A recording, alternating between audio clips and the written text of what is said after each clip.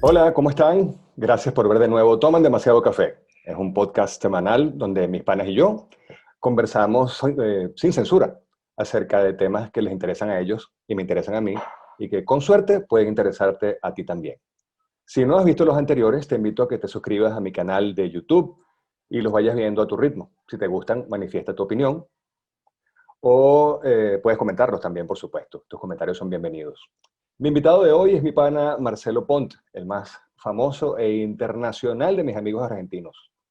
Marcelo es un reputado director de arte, diseñador de producción y diseñador de vestuario de cine, de teatro, de ópera y de publicidad, además de caricaturista, fotógrafo y un largo etcétera de talentos, entre los cuales destaca, por supuesto, una inteligencia muy aguda, una cultura muy amplia, ser un gran conversador y lector y haber vivido una pila de años en Venezuela.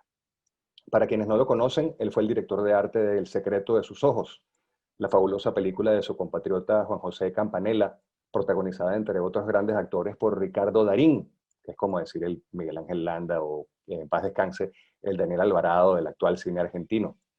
Esa película ganó el Oscar a Mejor Película Extranjera y el Goya por Mejor Película Extranjera en Lengua Española en 2009. E igual rol desempeñó Marcelo para Messi, el documental sobre el futbolista argentino que dirigió Alex de la Iglesia en 2014. Asimismo, Marcelo es responsable del diseño de producción de importantes piezas del cine venezolano, como Cien años de perdón, Azul y no tan rosa, y La hora cero y Puras joyitas. Pero por encima de todo es un ser humano excepcional y un amigo entrañable desde hace muchos años. Me enorgullece que haya accedido a acompañarnos en esta ocasión, pues a pesar del confinamiento, que es tan fastidioso en Argentina como acá en Venezuela, y con los mismos rollos de internet aparentemente, Marcelo tiene muchas ocupaciones como director artístico del Festival Internacional de Cine de las Alturas, que este año está por presentar su sexta edición. El festival y el tema de las alturas hace referencia al vuelo creativo, esto lo estoy sacando de la página del festival, hace referencia al vuelo creativo de la actividad cinematográfica y a la vez nos ubica geográficamente en las alturas de los Andes, cinturón geográfico y cultural que une toda Latinoamérica desde la Antártida y Tierra del Fuego hasta Venezuela y el Caribe, atravesando los centros de mayor crecimiento de la industria del cine de los últimos años como Argentina, Bolivia, Chile, Colombia, Ecuador, Perú y Venezuela. Este año el festival será online como corresponde y permitirá que disfrutemos de las mejores películas de la región en forma gratuita. Así que no dejen de conectarse con la página del Festival de Cine de las Alturas y en este trabajo de Marcelo Pont. Pero bueno, como me propuse que hoy, por una vez en la vida, voy a dejar que Marcelo hable más que yo, vamos de una vez con él. Marcelo Pont, aquí dice Marcelo Gustavo Ruy Pont Vergés, debe ser el único de mis amigos que tiene una entrada en Wikipedia. Ah, Y aquí bueno, empieza eso gracias a mi sobrino, que obviamente es un tipo avesado y me dijo, ¿cómo no vas a tener? Y me armó mi... Bueno, digo, dale. pero Yo está no muy sabría bien, cómo hacerlo. está muy bien porque además, déjame ver si puedo hacer una compartición aquí y mostrar. Pero mira, Todos los aquí papeles está, tirados, ¿no? con la fotito de director de arte del secreto de sus ojos con el premio Oscar ganado por esa película. No te llevo nada, no te llevo nada, que tengo un pana que no solamente tiene entrada en Wikipedia, sino que tiene un Oscar en el que colaboró ahí. ¿Qué tal?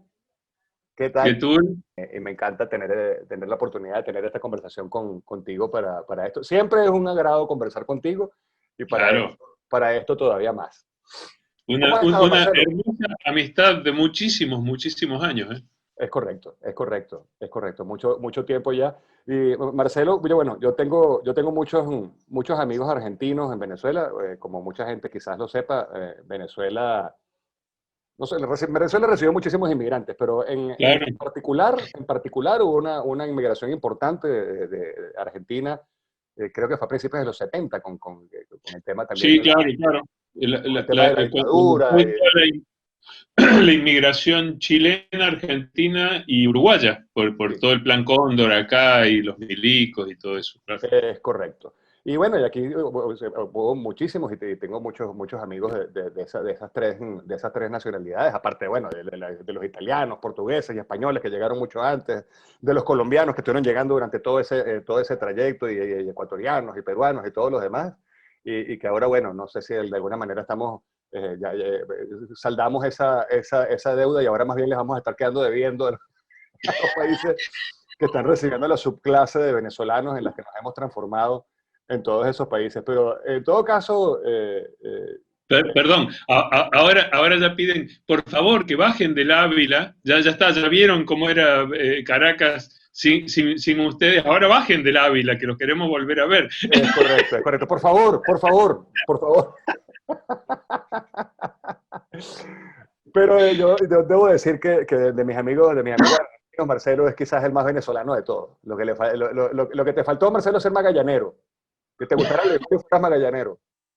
Porque por lo demás, es lo más venezolano que conozco. Sí, señor, sí, señor. Es correcto. ¿Cuánto tiempo pasaste aquí en Sigo Venezuela? comiendo arepita. ¿Cuánto tiempo viviste aquí? Y yo viví nominalmente 10 años, o 11, o sea, todos los 90 completos. Yo Ininterrumpido. empecé a regresarme aquí en el 2001, a Buenos Aires, que es donde vivo actualmente. Yo soy de Córdoba, o sea, como una especie de maracucho argentino. Ajá. Y nada, seguí con relación laboral por 10 años más con Venezuela, o sea, hasta el 2012 o 11, por ahí seguí yendo a hacer publicidad, algunas publicidades y a hacer algunas películas como Azulino tan rosa, La hora cero, Kilómetro 72, bueno, varias películas que... Bueno, de hecho, Azulino tan rosa... Varias buenas películas, hay que decir, buenas películas venezolanas, por cierto. Sí, bueno, también Puras Joyitas, claro, también estaba, cuando se hizo Puras Joyitas yo ya estaba viviendo acá. Lo que pasa es que iba y venía, me pasaba la mitad del año en Venezuela y la otra mitad del año aquí. O sea, eso fue como... Porque yo creo que a ti te encantaba venir acá, porque tú venías por un solo proyecto y se encadenaba con otros 8 que surgían a lo largo del año, ¿no?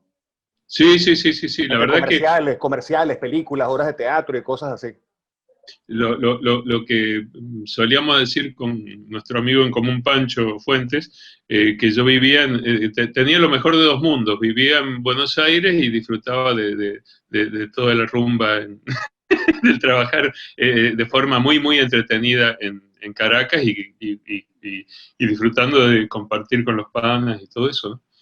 Claro, no, y además que tenías una gran ventaja no solamente de compartir con lo mejor de ambos mundos, sino que bueno, es un trabajo muy divertido, un trabajo muy simpático que es el que te toca hacer, y bueno, con gente muy talentosa en ambos sitios, ¿no? Sí, señor, correctamente. Bueno, yo a ese respecto tendría que preguntarte, porque bueno, ya vamos a hablar de cosas más sustanciosas, pero me parece chévere comentar también lo anecdótico de lo que has hecho. Dale. Tú originalmente comenzaste acá no haciendo comerciales, tú hacías escenografías y cosas de dirección de arte para obras de teatro, ¿cierto? Es correcto, sí. Yo, perdón, cuando me... No te mueras, Bueno, que tú eres chévere. ¿Cómo? No te mueras, que tú eres chévere. No, voy a tratar de no. Y por suerte que no hay contagios a través de la pantalla. No, menos mal, mira, ando sin mascarilla, no. No tengo que toser así. Que cuando dicen toser con el codo, a mí me parece que acaba de salir una boca y va a toser. Sí, es como raro, porque yo no sé cómo se llama, para mí es todavía ignoto el tema de cómo se llama esta cosa, que es como la corva del codo. Hay que aprender más anatomía para poder ser más preciso. Para ser más preciso. Bueno, yendo más o menos sintéticamente a la historia, yo me formé en Córdoba, donde nací, de donde soy originario, como te decía, una especie de maracuchos porque tenemos un humor muy particular en general, también devenido evidentemente de los andaluces, que son más los fundadores de esas zonas. Yo me formé haciendo teatro, como escenógrafo. Tuve un maestro, Rafael Reyeros, un capo, un monstruo, un tipo con una capacidad impresionante y que dio muchos discípulos dentro de su rubro. Él había estudiado, bueno, además de ser un tipo fantástico, había estudiado en algún momento en Europa. Y Nada, me formé como escenógrafo, como diseñador de vestuario, aprendí con él pintando telones de ópera, a maquillar, cosa que ni en mi vida se me había ocurrido hacer maquillaje teatral, no, a mí no me digas que maquille una novia porque queda... Parece no, Gaby. las cosas que uno hace en privado, uno las hace en privado, ya que... No, exacto. No van a comentar. Pero bueno, aprendí un montón de hacer utilería, hacer de todo. Y bueno, a través de ese desarrollo fue que en Córdoba se hacía a instancias de uno de los proyectos que hizo mi padre, que era artista plástico, y durante un tiempo fue secretario de Cultura de la provincia. Él instauró anualmente un Festival Internacional de Teatro que lo logró hacer conjuntamente con Carlos Jiménez, del grupo Rajatabla. Carlos Jiménez daba un poquito de la parte logística porque en Venezuela se hacía el Festival Internacional de Teatro de Venezuela, que era famoso. Era una barbaridad. O sea, ¿cómo olvidarme de... Uno iba y veías 15 días de gente haciendo colas en Caracas para sacar las entradas, para ver el festival ese año. Yo me lo acuerdo, eso no me lo olvido más, no lo vi en ningún lugar del mundo, las colas de 2 cuadras de gente sacando entradas para cuando viniera el festival, o sea, 15 días antes. Bueno, cuestión que Carlos... ayuda, contribuye con ese festival. Y bueno, yo como estaba trabajando en esto y para acercarme un poco al mundo teatral y porque empecé a colaborar con el festival y de esa manera podía tener un acceso más fácil a los cupos para ir a ver las obras de teatro. Cuestión que ahí los conozco, veo el trabajo de Rajatabla y cuando lo veo digo, bueno, eso es lo que yo quiero hacer, esto es lo que quiero trabajar. Entonces, en un momento tal, me fui a Caracas con una mano atrás y una adelante, a principios de los 90, con un bolsito, me acuerdo, comprado en un supermercado chino, con una marca de estas falsas, como truchas, como decimos acá, que creo que decía LC o... Sí, exacto, como Mike, como las zapatillas. Adidas. Y con un bolsito así, con $250 en el bolsillo, y me fui para allá. Y bueno, me fui con un socio que tenía en esos momentos, presentamos nuestra carpeta en Rajatabla, y nos contrataron. Entonces quedamos trabajando durante mucho tiempo con Rajatabla. En esas épocas, voy a pasar rápido toda esta parte para que no entre en discusión, el gobierno de Carlos Andrés Pérez daba un subsidio de la renta petrolera a todo lo que eran las artes. Entonces, los grupos teatrales de danza, etcétera, tenían un subsidio bastante importante que permitía que se hiciera un teatro a un nivel que no se hacía en toda Latinoamérica. Por eso es que yo fui, y de hecho uno podía cobrar un sueldo, o cobrar muy bien como escenógrafo. Para mí era impensable. Vivir de una tarea especializada como la tuya, pues. Claro, cuando yo vi eso dije, pero yo en Argentina son trabajos esporádicos que los cobro muy mal, que generalmente no los cobro, y a no ser que trabaje para un super teatro, y eso no. En cambio, cuando encontré que en Caracas se podía vivir del teatro y más de la escenografía, que la mayor parte de la gente no sabe qué es la escenografía, que es hacer todo lo que es el ámbito que se desarrolla encima de un escenario para que suceda una obra de teatro. Entonces vi que podía hacer eso y bueno, poder vivir en lo que en ese momento era Parque Central, que era donde vivían todos los artistas argentinos, era maravilloso, ¿no? Fantástico. Para mí era impensable. En otro lugar de Latinoamérica eso no existía. Entonces, bueno, luego vino Caldera, luego vino Chávez, ya desde Caldera se empezaron a sacar subsidios y y todo esto se fue al garete. Y luego directamente se empezaron a utilizar los teatros para otras funciones, más bien de eventos militares y cosas por el estilo. Colaciones de grado, como se hacían en el Teresa Carreño o en el Nacional. Entonces, bueno, ya en esas épocas, yo como tengo una cierta mala uva histórica con los gobiernos militares, no estaba muy cómodo, me fui derivando hacia la publicidad, que sí me podía acomodar económicamente. Claro. De hecho, logré pasar de Parque Central a los Palos Grandes, o sea que daba De movilidad social ascendente, pues. la movilidad social ascendente gracias a la publicidad, me llevó ahí. Y durante mucho tiempo trabajé en publicidad, digamos que los siguientes 5 años que viví allá, 5 o 6 años de haber sido, no, un poco más. Me dediqué a la publicidad, trabajé en publicidad, me fue muy bien, con asociaciones muy exitosas, trabajé con los mejores directores y las mejores productoras de Venezuela, y seguí en relación con el teatro, también trabajando para casi todos los grupos más importantes. Entonces eso me fue muy bien, y luego ya ha llegado un punto en que para mí la publicidad... hago un breve paréntesis y ya ahí te libero de esta micro bio.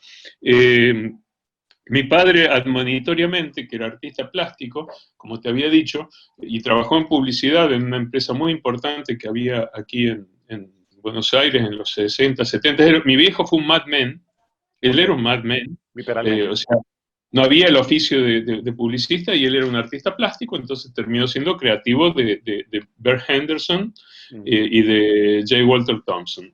Entonces, él cuando salió de ahí y abandonó todo por la pintura, me dijo, quiero que me prometas, porque veía que como yo dibujaba cómics, dibujaba historietas y no sé qué, tenía toda esa vena, me dice, quiero que me prometas que nunca en tu vida vas a hacer publicidad.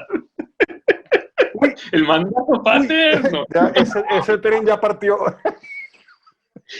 El mandato paterno, válgame Freud, el mandato paterno. Bueno, Sí, qué cuestión que me dediqué a eso muchos años, pero en algún momento se ve que eso me iba carcomiendo, el mandato paterno me carcomía y dije, bueno. Entre que la propia publicidad en Venezuela se lleva carcomiendo también, eso también me imagino también, que ayudaba, ¿no? También. La verdad que tiene algo de mercenario el trabajar para la publicidad, que no es ni bueno ni malo, Claro. eso, de eso se trata, pero que hay moralidades internas que la aguantan y moralidades internas que no. La mía no lo aguantaba mucho, siempre lo hice.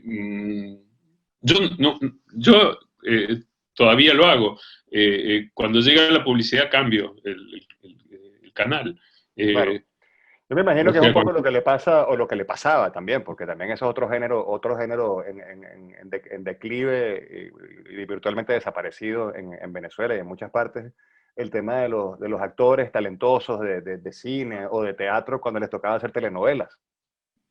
claro, Imagino que exacto, es algo pasa, es algo que te da mucha plata, te da mucha popularidad, pero no es exactamente lo que tú querías hacer, ni es para lo que te formaste, ni cuando estuviste leyendo Shakespeare o leyendo a García Lorca o lo que sea, eran las cosas que querías hacer.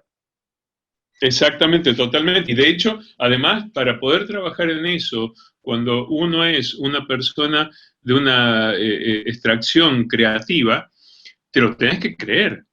Hay que creérselo. Entonces, yo conozco muchos actores, tengo grandes amigos actores venezolanos, que trabajaban básicamente en los culebrones y se tenían que creer, porque si no, Claro. colgar de un árbol, del árbol más cercano. Entonces, y tenían que hacer entrevistas y hablar bien del medio y todo eso, y agradecer a su forma de vida, lo que a mí me pasaba también con la publicidad. Claro. Como hoy no vivo de eso, puedo decir cualquier barbaridad de la publicidad. No, además uno siempre puede ser peste a su pasado, ¿no? Claro, claro, Siempre, claro, uno claro. siempre puede hacerlo. La gente dice, ay, pero ¿cómo tú vas a hablar mal de lo que eras? Bueno, pero ¿qué te puedo decir yo? Hubo una época en la que yo pesé 4 kilos y no sabía hablar. Y no puedo hablar bien de esa época, ¿entiendes? No tiene ningún sentido hablar de eso. Claro, absolutamente, absolutamente. Y bueno, es eso. Yo aproveché la publicidad, me lo propuse porque dije, bueno, ¿qué chances tengo yo de hacer cine, que es lo que quiero, que era mi siguiente paso? Ujú. Yo ya había hecho una película en Argentina antes de irme y de hecho, gracias a haberla hecho, por más que me pagaron muy mal, logré juntar esos $250. Creo que eran nada más que de eso. Eh, yo quería hacer cine, entonces yo tomaba cada comisión, cada trabajo que yo hacía para publicidad, lo tomaba como un ejercicio para aprender a hacer cine. Claro. De hecho, esa era la tesitura que también tomamos con Hernán Javes, con quien trabajamos mucho tiempo juntos en publicidad, y con Constanza Profeta, que era la productora, y también Rodolfo Cova en sus momentos, Mm, que eran como ensayos de jugar a hacer cine. O sea, claro. y de hecho terminamos todos ligados al cine, porque jugábamos, o sea, lo tomábamos como eso, y eso también a la Claro, vez beneficiaba. la publicidad era un medio económico y un patio de trote para aprender estas técnicas visuales, pues cómo luce lo que haces en una pantalla, ¿no? Exactamente, y además tenía el plus que eso mejoraba la calidad de la publicidad, porque lo hacíamos con Tutti. Un Claro. poco lo que después, y en esa época empezaba además, que era que los directores de publicidad se empezaban a pasarse al cine, como pasaba con los hermanos Scott o con Alan Parker o con, qué sé yo, después con un montón de directores que vinieron que venían de la publicidad. Y después pasó con los videoclips, como Spike Jonze, como bueno, un montón de otros Un montón de directores gente, claro. que venían de ahí, Darius Conji, etcétera, etcétera. Eh, pero bueno, eso devino en que se dio la posibilidad en un momento de hacer 100 años de perdón, que fue la posibilidad de hacer una película como yo soñaba que quería hacer una película, con toda, bien Mm, hecha, y con un gran director, con un gran guión, con un elenco un elenco descomunal, espectacular. claro, con un director de fotografía como Hernán Toro, de un nivel impresionante, todo con Antonio Gerandi produciendo. Era el sueño del pibe, como decimos acá. Mm, Eh, y bueno, fue la posibilidad de decir, bueno, vamos a hacer una película, no sabemos qué va a pasar con esta película, pero que sea una película que haya un antes y un después. O sea, menos que esto no se puede hacer cine en Venezuela con menos nivel que este. sí, Y no fue algo que debería. logramos. Claro, no debería. Y fue algo que se logró, porque justo era una época en que estaba lo que yo llamaba el cine de cerro, donde todo era, sin desmerecerlo, ojo, pero era el cine que se estaba acostumbrado, que tenía un poquito de ese tufillo a Culebrón, y Sí, no, y que además unas pretensiones sociológicas, pero desde la perspectiva de Culebrón, además, con unas eh, pretensiones ejecutadas en clave de Culebrón, lo cual hacía que había una cosa que que chocaban esas dos cosas en la cabeza de uno. A mí, por ejemplo, ese cine me agotó muy rápido. claro, pasaba eso. Y además, y fíjate vos por qué, además creo yo que agotaba. Yo los veía los veía que metían muchas lucecitas de colores para mostrarte un ambiente y entraban a un cabaret y eran todas luces rojas y rosaditas y verdecitas y la gente con ropas multicolores porque la alegría tropical y no sé qué. Mm, En cine eso te agota a los 10 minutos. claro, Tanta información te vuelve loco. O sea, se puede hacer, no hay problema, pero sí. te enloquece. Es demasiada información. Sí, No hay. un tema tropical demasiado postizo, pues, y se vuelve Exact- un recurso demasiado repetitivo también. Exactamente. Fíjate vos, y alguien que yo siempre admiré mucho y siempre lo dije, a pesar de que en esa época no me gustaban las películas que él hacía, y sin embargo, además, después nos hicimos amigos, un tipo muy, muy querido, que fue Diego Rísquez, que él hacía un cine primero que ha sido, yo creo que recién ahora se lo está Se le está justipreciando. reconociendo, sí. Sí, yo en esas épocas lo decía, pero aquí se habla únicamente de Chalbaud como si fuera el único representante, te estoy hablando de los 90, ¿no? ¡Guau! Y, y, y yo decía, pero tienen un tipo como Diego que es un cine que en ningún lado he visto yo. Yo no he visto en América, en Latinoamérica, ni en América, un tipo que tenga ese cine. ¿Te puede gustar o no? Es más, a mí en ese momento mucho no me gustaba, pero no podía. No, y quizás eh, no era, vamos a ver, desde el punto de vista narrativo, vamos a mm, decir, sí, sí, sí. era difícil de comer. Es como, no sé, es como la gente que come sushi la primera vez o algo así, que no sabes realmente qué sentir con respecto a eso que estás viendo, hasta que tú realmente tu paladar se ha acostumbrado a cosas como esa y lo puedes apreciar mejor. Eso es absolutamente correcto. Es tal cual lo que me fue sucediendo, además, cuando lo empecé a entender. Pero además, visualmente era eso, era un tipo que apostaba a lo visual. Pero a la vez, Eran como unos retablos, esos encuadres del tipo eran una cosa como unos retablos. A mí me recuerdan un poco, salvando las distancias, al trabajo fotográfico de Nelson Garrido. ajá, Era como cada toma, cada cosa, cada plano era como una puesta en escena de una cosa, como eso, como un retablo sí, tropical pero distinto, naturalista y tal, era otra cosa. exacto. Y fíjate vos que en eso, yo creo que lo más colorido que le he visto era las guacamayas que metía. Mm, O sea, había el color, estaba el color, pero nunca te empalagó con su cine, con el color. no. Lo usaba para destacar cosas. Bueno, el director de arte al fin, un tipo inteligente, con un mundo muy fuerte para mostrar. Y sin embargo, nunca apeló a eso. Era muy elegante, entre comillas. Elegante se puede ser con sumatoria de colores infernales. Klimt es muy elegante y te mete un colorcito al lado del otro sin piedad. Sí. O Hundertwasser. O sea, meten un montón de colores, pero lo hacen de una forma que es armónica. Entonces tiene eso. Que bueno, que yo siempre lo aprecié mucho a eso en Diego, como que era un cineasta descomunal, fuera de serie. Eh, y bueno, en esa época quizás era el único que tenía un cine que era diferente. Entonces nos dedicamos un poco a eso y eso sucedió con 100 años de perdón y creo que justamente ahora le están volviendo a pasar, de hecho lo han estado pasando en Trasnocho hace un par de semanas, en la página de Trasnocho lo estaban pasando, volviendo a pasar y acá en Argentina en el Festival de Cine Venezolano hace unas semanas también lo volvieron a pasar a 100 años de perdón. Y todo el mundo comenta eso, que es como un clásico del cine venezolano, ya es un clásico, me siento un poco viejo con eso, pero bueno, soy viejo. No, es que ahora déjame decirte, ahora todos somos clásicos. Todos somos Claro, clásicos. A mí en estos días hay gente que me dice, yo te acuerdo cuando yo estaba chiquito y te escuchaba en la radio. No, no, I'm already a classic. No puedo, no, ya, y, me cuesta acostumbrarse a esa idea realmente. Bueno, y en y estos días bueno, he escuchado cuando la gente alguien que... con respecto al reggaetón, que es una cosa que a uno le parece que es de anteayer, y la gente dice, Daddy Yankee, un pionero, un clásico. Ay, no. Eso es de anteayer. Y bueno, pero también hace cuenta, alguien que escuchaba el zoológico, ¿cuántos años tiene hoy?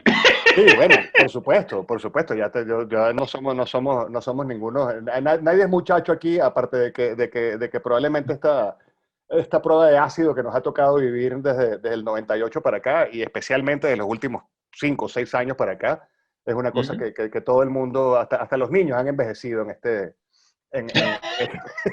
periodo, pobrecito. Yo me acuerdo que disfrutaba mucho del zoológico y del, no me acuerdo ahora cómo se llamaba, el que tenías después, que simulaban como un El, ring el, de box. el último round. El último round. Y el último round se lo escuchaba todas las mañanas. Eh, Inevitablemente me entretenía mucho. Y me acuerdo siempre, perdón, de un personaje maravilloso que era superficial. Que era de era el personaje que había inventado, ay, se me fue el nombre ahora, el cómico imitador por antonomasia venezolano. Oh, De Emilio Lovera, de José. exacto, Emilio. Sí. Emilio Lovera. En esas épocas tenía un personaje que era maravilloso, que era el superhéroe, que era un superhéroe fallido, y se llamaba Superficial. No, esa época tiene cosas maravillosas y cosas que verdaderamente eran un rancho, porque eso es propio del tema de los dolores de crecimiento y el tema de industrias y lenguajes y cosas que crecían en un país también con unas carencias generalizadas en el tema cultural muy importantes. Entonces trataban de darse como saltos cuánticos de una cosa a otra y esos caminos a veces eran horribles. Tú recordarás la época en la que se puso de moda que si lo chaborro.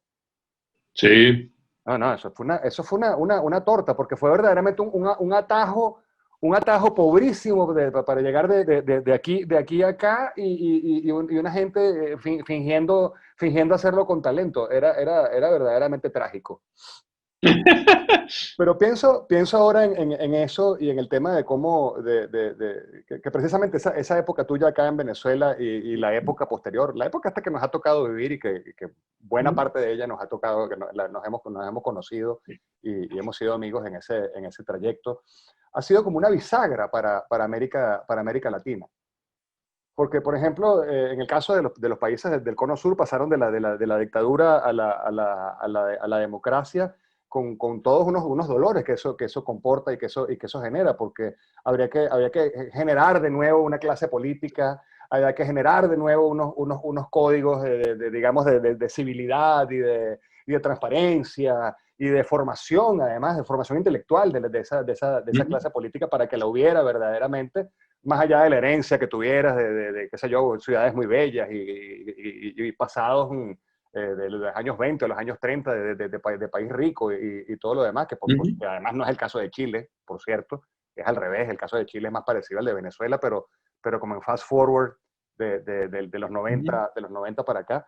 Y en el caso de Venezuela, pasamos entonces de ser ese país que prometía, que había tantas cosas buenas que ahora la gente no quiere recordar y que el chavismo las destruyó de un plumazo, no solamente desde el punto de vista financiero o militar o policial posterior, sino que las eliminó de nuestra narrativa como si no hubieran ocurrido, como que eran un acto de clases y tal, y qué sé yo, de cifrinos, de gente de colegio privado y tal, del que el pueblo de cosas de las que el pueblo no disfrutaba, y crearon una mitología de que había un país como oculto, que lo sacaron debajo de una piedra cuando llegó Chávez. Entonces tenemos todo lo que pasa con nuestros países al final, y son la prueba de que al final la realidad no es una, ni verdaderamente existe, sino que lo que hay es versiones. Lo que hay es versiones y la versión de la realidad está en la cabeza de cada quien y en la narrativa y el cuento de cada persona. Entonces ahora tenemos estas narrativas locas que chocan y además en países polarizados. Entonces tienes narrativas que coexisten, algo que está ocurriendo en la realidad y una narrativa que está en la cabeza de las personas, que te retrotrae a un pasado, que apunta a otra cosa o que trata de negar el presente que tienes. Cuéntame un poquito, por ejemplo, de esta etapa, porque además es muy loca, esta etapa de Argentina que te ha tocado vivir a ti también, porque tú te regresaste 10 años a Argentina 10 años después de que había arrancado la crisis allá. Sí, bueno, sí. Poco menos, porque la crisis arrancó en el 2001. En el 2001. Sí, bueno, exacto, te fuiste como 10 años después. Claro, yo cuando ocurre esa cosa, esa debacle financiera, que después la salvación de Chávez comprando la deuda, y esa retaíla de presidentes que duraban casi que semanas hasta que llegó el tuerto. Y bueno, y aquellos polvos trajeron estos lodos, ¿no? Bueno, yo tuve la suerte de que, como te decía, comencé a regresarme en el 2001. ¿Por qué? Porque yo vine en el 2001 y típico de Argentina, todos me dijeron, ¿y justo ahora se te ocurre volver? Y yo les dije, desde que tengo uso de la razón, siempre la pregunta es la misma, ¿justo ahora se te ocurrió volver? Sí, sí, sí, sí. Entonces, eso Justo que era ahora se te ocurrió nacer, Marcelo, pero... claro, justo en este siglo, en esta época. Nunca es el momento indicado, pero a mí me vino bien porque justo llegué acá con la crisis del 2001 y si no hubiera sido por eso, no hubiera podido comprar este lugar de donde estoy ahora hablando contigo, que es un apartamento que logré comprar que en ese momento tenía un precio muy sensato y lo compré por nada, por un monto que en ese momento era justo y hoy sería irrisorio. No, Claro. no, Porque entonces, a la moneda le habían bajado las ínfulas y todas las cosas habían pues, regresado como a un precio exacto. real, pues. No, es que además estaba todavía de la época de Menem que daba el dólar 1 a 1. Entonces yo compré y no tengo ningún problema en decirlo, con 75.000 pesos de la época, que eran 75.000 dólares, este piso que tiene 70 metros cuadrados. O sea, no es No es, es o un sea, no es enorme, pero departamento. está bien para ti, pues. Es lo lógico. Además, yo tengo una vida flexible, a veces comparto, a veces no, entonces cuando estoy solo esto es muy cómodo y cuando estoy en pareja, bueno, Está bien. nos apretamos un poquito más y ya. Pero, Bueno, ahorita con esa cantidad te comprarías probablemente un apartamento del doble de tamaño que en Caracas. claro, bueno, en ese momento era todo lo contrario. En Caracas, un apartamento en una zona equivalente, que sería Altamira, poner una cosa así, o Chacao, costaba arriba de los 100.000 dólares, pero mucho más, Largamente, 120, largamente, sí. largamente, uno de un tamaño menor que este, que tampoco es tan grande, 70 metros con balcón y todo, no es tanto. Hubieran sido, sí, casi 200.000 dólares. Entonces, no, yo ese dinero no lo tenía. Hoy en ninguno de los dos países tendría sentido ese número. Sí. Eh, o sea que me benefició en ese sentido. Pero luego después, una vez teniendo ya un techo donde morir, volví a trabajar allá y bueno. Un lugar al que los vecinos cuando comiencen a oler a mierda, te tumben la puerta con un hacha y te saquen de ahí inflado como un perro de orilla de carretera. Exactamente. Entonces, bueno, ante esa situación yo ya pude tener una mayor movilidad de trabajo, por eso estuve esos 10 años yendo y viniendo. Y bueno, ¿cómo ha sido ese derrotero aquí? Uso la palabra derrotero, mirá vos qué curioso. Nunca más a propósito. El leer tanto a uno a veces lo llena de demasiada información. Bueno, nada, yo creo que por lo que decías, mientras tanto ha sucedido algo, creo yo, en los países, o está volviendo a suceder. Yo, a ver, me voy a ordenar. Cuando adolescente yo leía a Marx, decía que leía a Marx porque era muy aburrido, eran insoportablemente Los aburridos. alemanes son fastidiosísimos de leer realmente. ¡Ay, qué ladrillo que era Marx! Nunca le terminé un libro. Pero me acuerdo siempre de esa frase famosa de que la historia se repite dos veces, una vez como farsa y una segunda como tragedia, o algo por el estilo.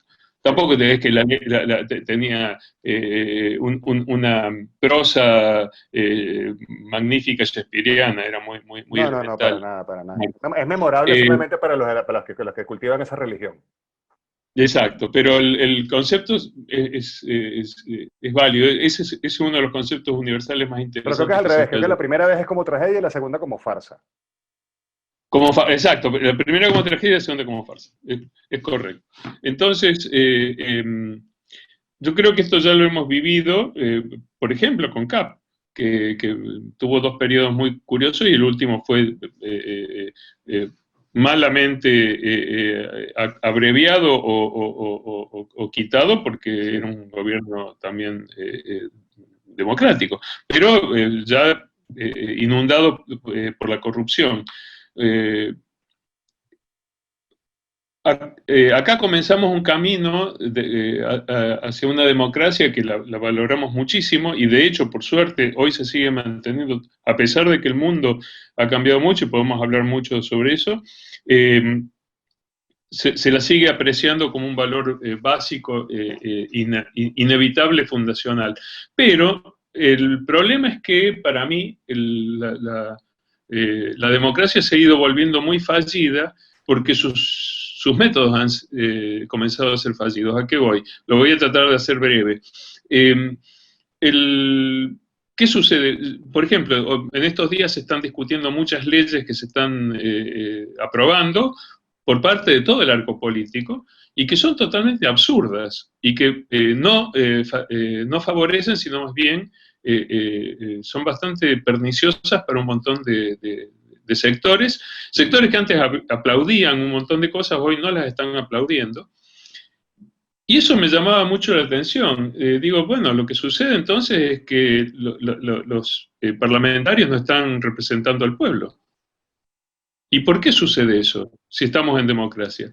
Porque hemos ido deformando, los partidos políticos se autoarman, no representan al pueblo. Entre los negociados que van haciendo políticos y políticos, o sea, luego de una secuencia muy curiosa de que es, bueno, yo consigo a tantos, como llaman acá, punteros, que son los tipos que consiguen un montón de votos y te los llevan, por ejemplo, de los barra bravas de fútbol, yo te consigo a 500 barra bravas y te puedo hacer un piquete o un acto o te lleno la cantidad de asistentes a un meeting político. Bueno, comenzando de esa tontería. Comienza, es como pandillas en Nueva York.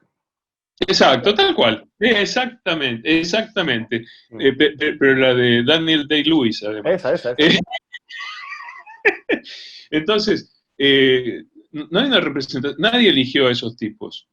Nadie eligió a sus diputados porque se hacen negocios entre, bueno, pongo a uno de los tuyos y otro de los míos, o sea, es un toma y daca entre políticos que además funcionan en general como funcionan las mafias, que nadie puede no estar, si hay alguien que está limpio hay que ensuciarlo pronto porque si no te puede delatar y destruir el negocio. Entonces todos tienen que tener las manos manchadas con sangre. La política se ha ido convirtiendo en algo así. No hablo de Argentina, hablo de Colombia, de Chile, del lugar que... Es un problema que, como dices tú, quizás mafia es una manera tal vez medio caricaturesca de verlo, diría yo, en principio, porque le da como la razón a los antipolíticos, que también me parece que están en la... Que no están en lo correcto. Porque yo más bien estoy tratando de dar un sentido a la democracia, claro.